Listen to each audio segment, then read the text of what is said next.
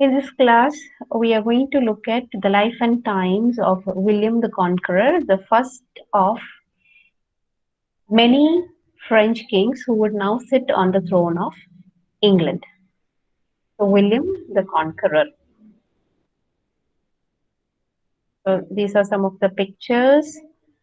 Some of the pictures available to us. We are already familiar with this, right? It's a statue.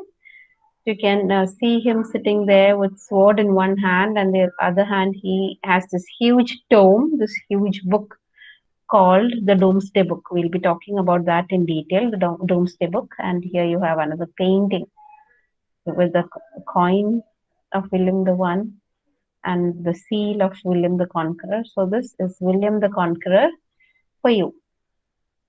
Now, William of Normandy. We know Normandy is in France. So he had defeated the Saxons in the Battle of Hastings, and this led to the death of Harold Godwin in 1066. So this is a very important landmark here, 1066, the year of the Norman invasion. So after this, William the Conqueror, or William of Normandy, he was crowned as William the First of England on Christmas Day. Uh, but then this was not acceptable to everyone. So there were a couple of Saxon earls who were against this. So and they tried to revolt against this new king. So you had Saxon earls Edwin and Morcar. They rose in a revolt in 1067 against William of Normandy. But then they were defeated and forgiven by the king, but not forgotten. So they were exiled. They were as punishment. They were exiled by William because he did not want all these treacherous people in the kingdom. And after this, William he returned to France. Remember that he was also the Duke of Normandy, right? So he had lots of land, vast land there to look after. So he returned to France and he left England under a joint council. But this joint council of ministers, they proved ineffective. They were not really good at ruling. And they imposed heavy taxes, and this made people really unhappy. And when you have a lot of unhappy people, revolts are bound to happen. So again, there was a revolt, and this was instigated by the same forces as in these Saxon earls and their people. Though they had been exiled, but then their people, their supporters, continued to be there in England, right? So they were the ones who instigated it, and they were also aided by the Danes in England. So there was another revolt against William, and at this time, William was away in France, and he had left England under a joint council. So, on the whole, people were unhappy. There were revolts here and there, and a lot of taxes were imposed. So, things were not very nice or pleasant. So, now this made now William to return to England. He had to return because things were brewing against him in England. And what did he do after coming to England? He sent away the Danes by paying them some money. Danes could always be bought, if you remember. There was this tax also, Dane Geld, if you remember, that was instituted in order to keep away the Danes. So the Danes had also rose in revolt against William, but then they could be bought off. They could be paid some money and sent away. So William was very smart and he did that. And what happened to the Saxons, especially the Saxons in the northern regions that had supported those earls who had risen in revolt against him, or Car and Edwin, if you remember, right? So now these Saxons, they were taught a horrible and unforgettable lesson by William of Normandy. He just simply let loose his army on those people, Saxons living in the northern regions, who had risen in revolt against him. So this was a lesson, unforgettable lesson to those people. So they were killed, there was burning, destroying, looting of their property. So there's the destruction of men, animals, houses, fields. So this can be, or you could say, historians refer to this as William's wrath, William's anger. So he simply let loose his anger on the people, the Saxon people of the northern region. So the Saxon rebellion was crushed, and history texts refer to this as the harrying of the north. So that is how the north was subjugated and subdued totally by William, because these people and these regions were like a a thorn in the flesh of William of Normandy. So they were totally crushed. So after this, people they understood. They understood the consequences of William's wrath, and the rebellion died down. So now slowly people started accepting William as the king. If they did not do that, they knew what the consequences would be. And one of the last rebels who rose against him was uh, Hereward. Hereward the Wake from the Isle of Ely. And he rose in rebellion against him, but then he lost his cause because this region, Ely, was also conquered by Normans by 1072. So after this last rebellion, now William was the undisputed king of England. Nobody to challenge him and question him. All the rebellions were crushed. Now we need to remember William was not only a powerful king, but he was also a master strategist. So he did many things in England which made England totally submissive and under his power. So we are going to look at some of them.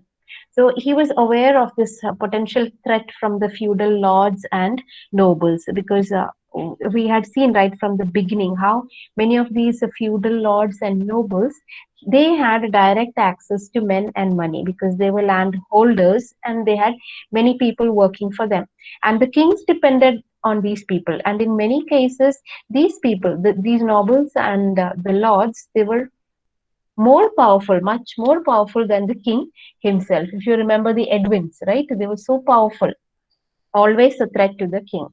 So they were more powerful than the king at times.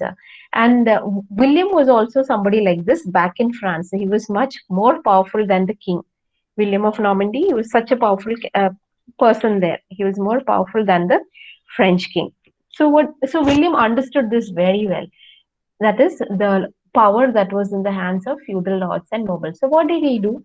He broke up these huge earldoms into smaller units. So he broke up the earldoms of England into smaller pieces, and he gave them to these Norman nobles and kings. So the land was given to the Norman nobles and kings. So obviously they would not rise in revolt against him. Why? Because in the first place, the land was gifted by the king, and these were all French people. So now you can see slowly how French were becoming part of the English fabric, and they were becoming the powerful owners of land. Earlier we had Angles, Saxons, Jutes, and all those people. Now you have even the French staking their claim over the land. So these kingdoms, they were not too large or rich enough to challenge the king. So these nobles and these lords, their power was more or less constrained. Their wings were clipped. So their means, their resources were limited. So they could not really challenge the king. And he made all these royal people, that is the feudal lords and nobles and the knights, to swear an oath. And this oath is known as the oath of Salisbury. Salisbury. Please remember that. So there was this oath of Salisbury.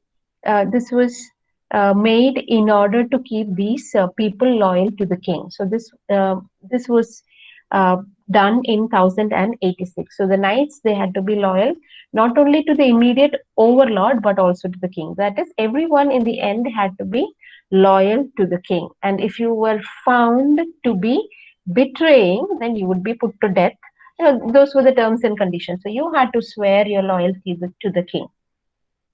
Another thing was he implemented the forest laws, which prevented people from hunting the king's game, that is, the king's animals, and people were not allowed into the forest. So this was a blow to many of the people in England, because many people, they depended on the forest for their survival. So they would go collect the forest resources, timber, they would hunt the animals for their food. So this was a very unpopular decision on his part. So the forest laws were one of the unpopular laws implemented by William. And another thing, that he did in order to strengthen his hold over England was to build these huge castles. These castles were built in the Norman style with forts. So forts would be there to take care of the castle, and the whole place would be fortified. So it would not be easy for any outsider to attack or subdue that particular area. So more or less, the whole of England was now garrisoned and protected by these castles. The remains, the ruins of which can be seen even today. Some of them still stand the test of time and they are in good shape. So we'll see some pictures. So this is the Warwick Castle built by William. So it is still in a very good condition. You can see tourists there. So these are some of the monuments built by William First of Normandy. Now we call him William I of England, the king. So here to the left you have the White Tower in London, the Conqueror Castle in Dorset, which is in ruins. Another thing we remember when we talk about William the Conqueror or William the First is the Domesday Book and the taxes he imposed. And we are talking about the strategies that he had in place when he started ruling over England. So in 1086, he ordered a survey of the land, and it can be seen as a prototype of today's census. And even today, people who are interested in history, they make use of this particular book as a treasure trove of history with all kinds of details from those days. So this book, what did it contain? It contained the details about the property of each of his tenants, that is each and every citizen who owned something, whether it was livestock, whether it was land, whether it was, immovable property, whatever, everything was dutifully and carefully noted down in the Domesday Book. So now, after this, William was in a better condition. He knew who had more wealth. So he knew whom to tax. So this is like what our politicians do today. All these kind of income tax, I know assessment and things like that. So this was something of that kind. So and then he also continued with the Danegeld. If you remember that tax earlier, it was levied in order to pay off the Danes. The Danes were always a threat. You remember they were settled into this region in the eastern side called the Danelaw, and they were given some money, right? So he continued with the same tax, though Danes were not much of a threat. Why did he do that? He continued with the same tax because people were already familiar with the tax collected under this head or this title. So he continued with the same name. So taxes were collected without much resistance from the people. So though Danes were no more a threat now, but the taxes continued. There were also other feudal taxes. So all these, it made sure that he got regular supply of taxes. So the whole financial machinery was quite well oiled. Taxes were coming in at regular intervals and in huge amounts. So all this made sure that he was a real king and not merely a feudal overlord. So in the beginning, we had seen how he had gone away to France, thinking that he'd be able to rule England from there, but it did not happen. It did not work out that way. So he had to come back, and after coming back, he really established himself as the true king of England. And for that, he had many strategies in place, which we have been looking at. So here you have some pictures of the Domesday Book. It's a hardbound copy available in one of the universities there, and it's the front page. So maybe this is a much later edition. That's why it has come down in this good shape, right? You can see William's pictures there. So Domesday Book or the Great Survey of England of William the Conqueror.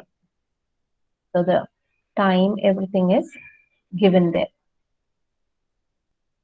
Another thing we need to remember, and which will have deep repercussions, is the connection or the kind of relationship between the state and the church under William the First. So there was a close alliance between the church and the state. He was a Catholic, a practicing Catholic. So when he came to England, he also brought with him his French friends, French nobles, as well as French priests. Please remember that. And he was supported by Archbishop Lanfranc. So he was a deputy of the Pope and he was a Frenchman. So he was also brought to England.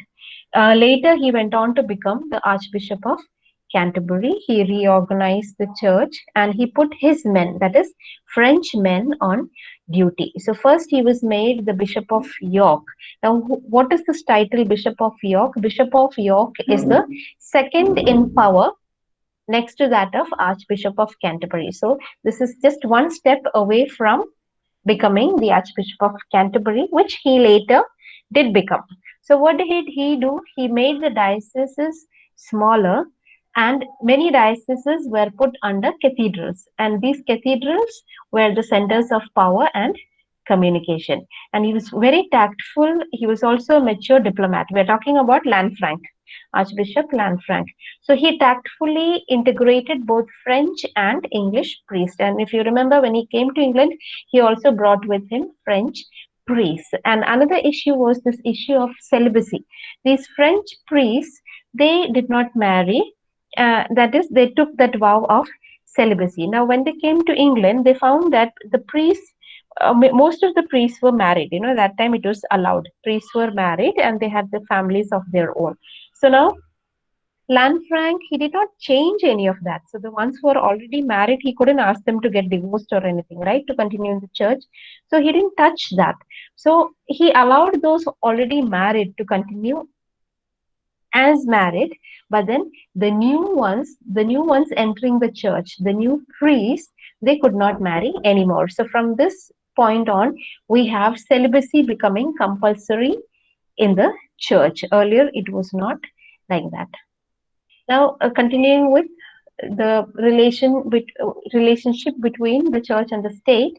Now, Lanfranc, he did not insist on drastic changes in England. He knew that because if he would do that, people would be unhappy and then they would turn against the French priests headed by Lanfranc. So he was very diplomatic. So he did not insist on any changes in the chanting of liturgy, and church enjoyed quite a lot of autonomy, right? So church was getting more and more powerful. And in 1072, William, he ordered that all the cases against the clerics, it could not be tried by the civil courts of law, but by the church law. So he said only canon law would apply to the priest. So now you find two parallel centers of power. So on one hand, you have the church with its own rules, regulations, laws, and the state with its civil law meant for the people, the common people, the nobles, everyone. Whereas anyone who was in the church,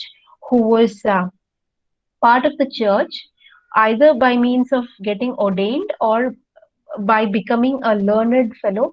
And during those days, even if you were a little bit learned, you could call yourself to be a clergyman.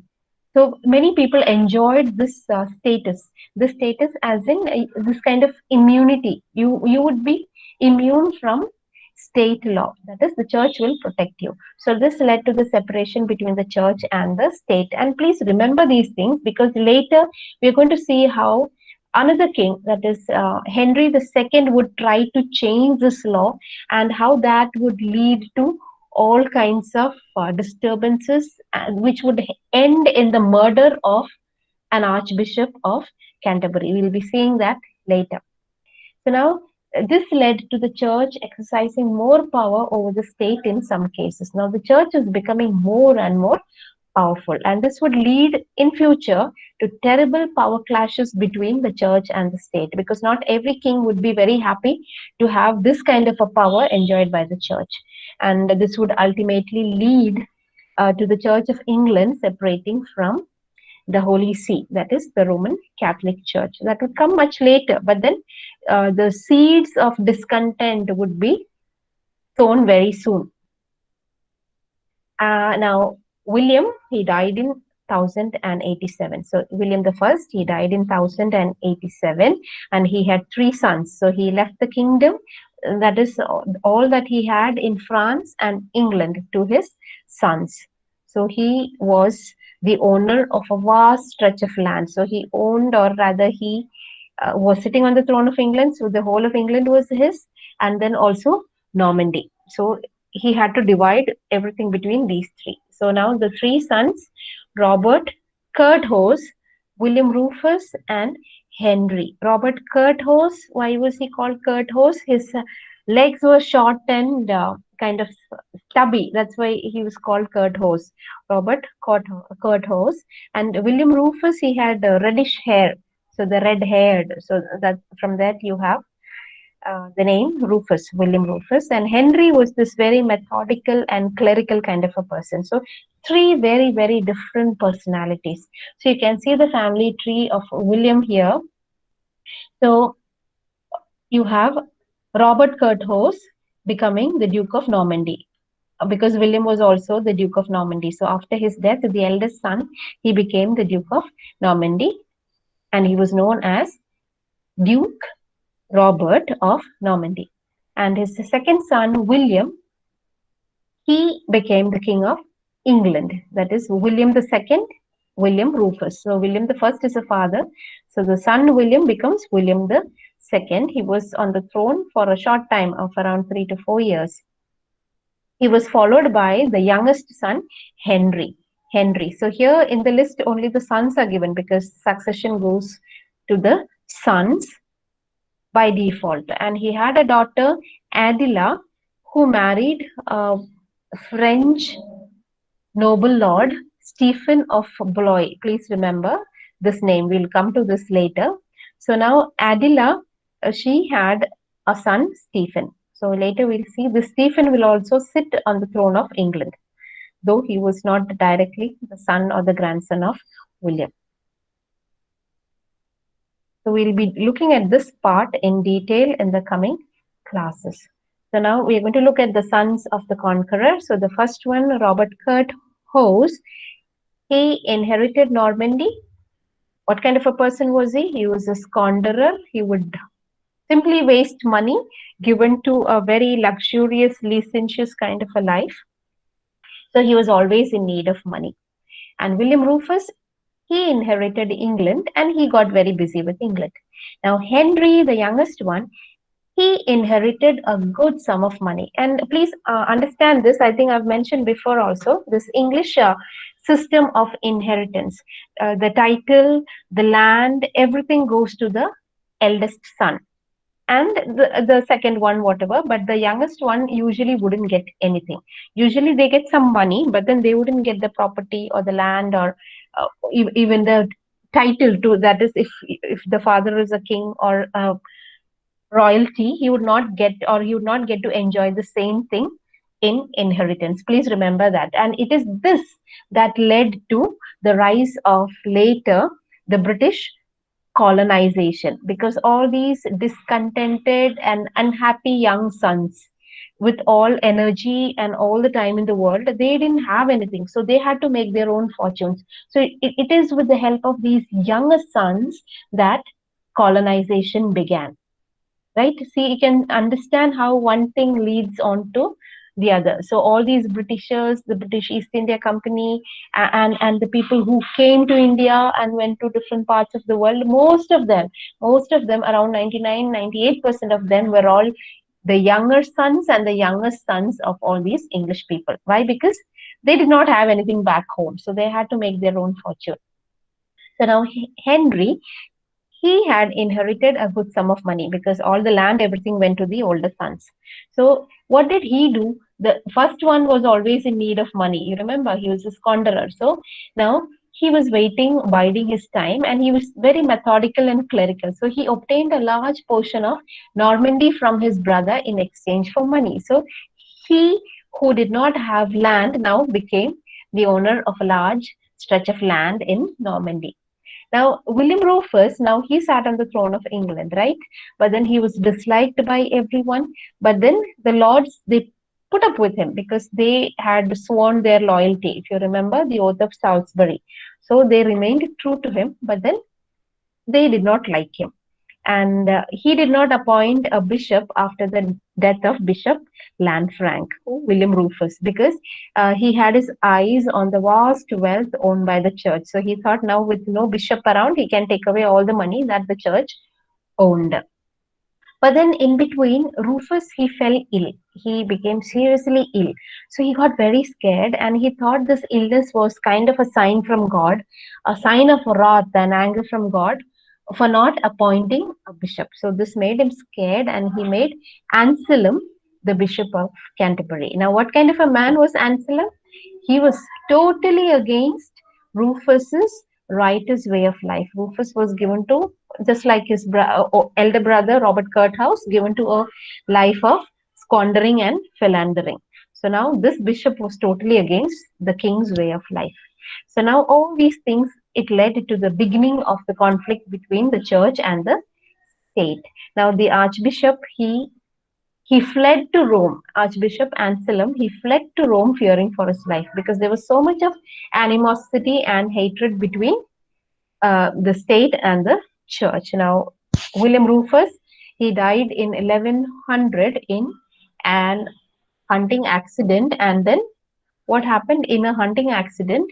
And obviously, the kingdom would pass on to the next brother because they didn't have children. So the kingdom of England passed into the hands of the youngest one, Henry, the very, very methodical person, clerical, with someone with a clerical bent of mind. So he who did not have anything, he just had some money. With that money, he managed to buy Normandy, and then biding his time, he also became the king of England. So we have the pictures of the three men here, the three sons of William the Conqueror, William I of England. So here you have Robert Curthose. He was the Duke of Normandy. He was the Duke of Normandy.